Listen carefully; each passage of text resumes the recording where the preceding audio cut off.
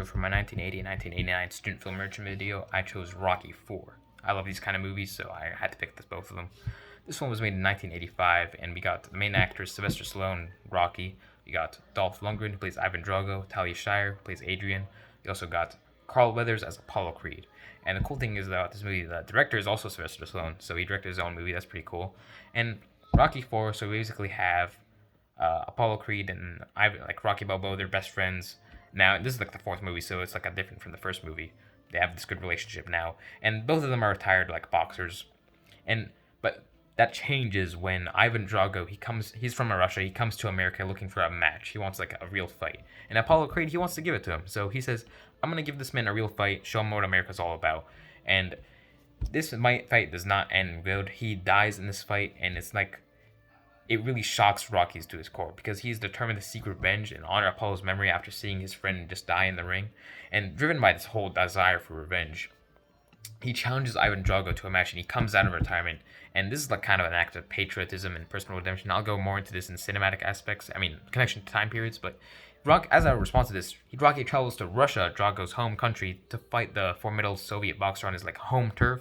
And the cool thing is, Ivan Drago would not fight Rocky in America. He says, "Oh, you got to come to me." So that's pretty cool. And as Rocky's training for this fight, he's faced with like a lot of physical, emotional obstacles.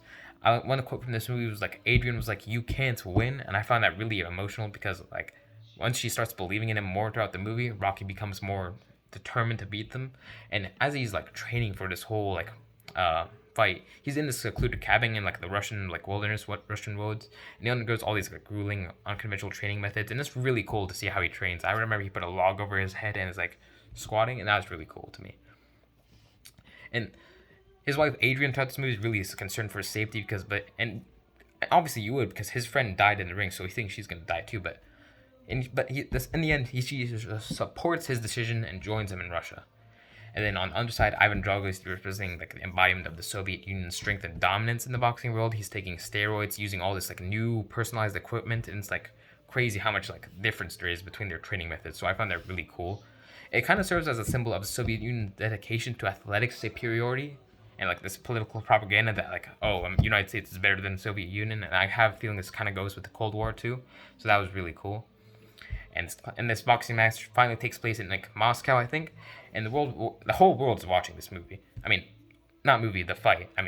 And Rocky's fueled by this determination, heart, and the fight goes the distance. But it's not only a battle of physical strength, but also like kind of personal ideologies. Because Rocky's fighting for his country and the values he holds dear to him, and Ivan Drago's fighting for his father, fighting for Russia. He doesn't want to disappoint anyone, and Rocky endures all these brutal blows from Drago. He refuses to back down, and then like at the end of the movie, Rocky manages to beat Ivan Drago, and it becomes like this whole symbol of unity. Like I did it. I transcended like the political divide between the United States and the Soviet Union, and like even the Russian crowd cheers for him, which is I found really cool about that. And this whole determination is what made him beat Drago, and that's what I really liked about this movie is like the whole political ideology. So this connection to that time period between pop culture and sports.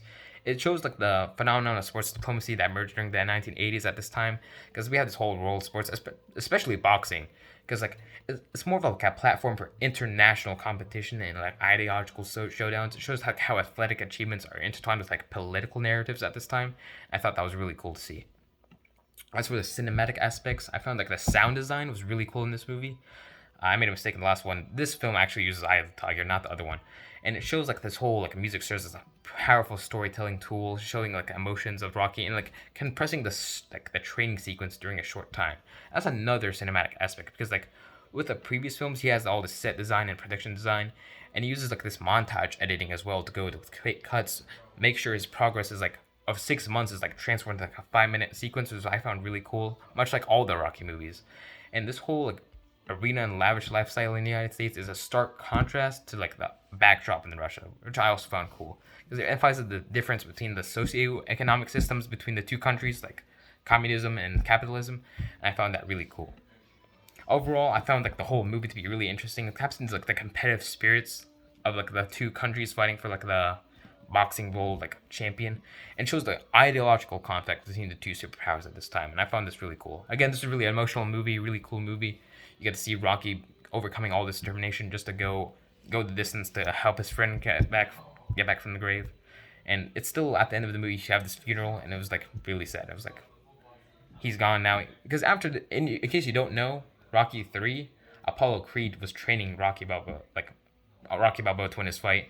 So after losing his best friend, it's kind of like more emotional at this point. So yeah, sorry I went a little bit over time, but that's Rocky 4 for student film enrichment.